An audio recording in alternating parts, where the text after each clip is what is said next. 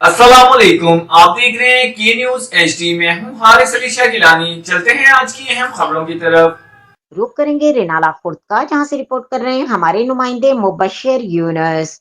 रेनाला खुर्द में भी यौम सियाह कश्मीरी रैली में महकमा education rescue 1122 para force minister committee के मुलाजमीन और शहरियों की बड़ी तादाद ने शिरकत की।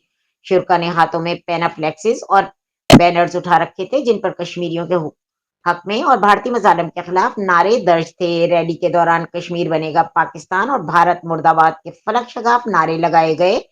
शुरा ने कश्मीरी शोहदा को खराज तहसीन पेश किया और भारत के 27 अक्टूबर 1947 के कासबाना कब्जे की शदीद अल्फाज में मजम्मत की।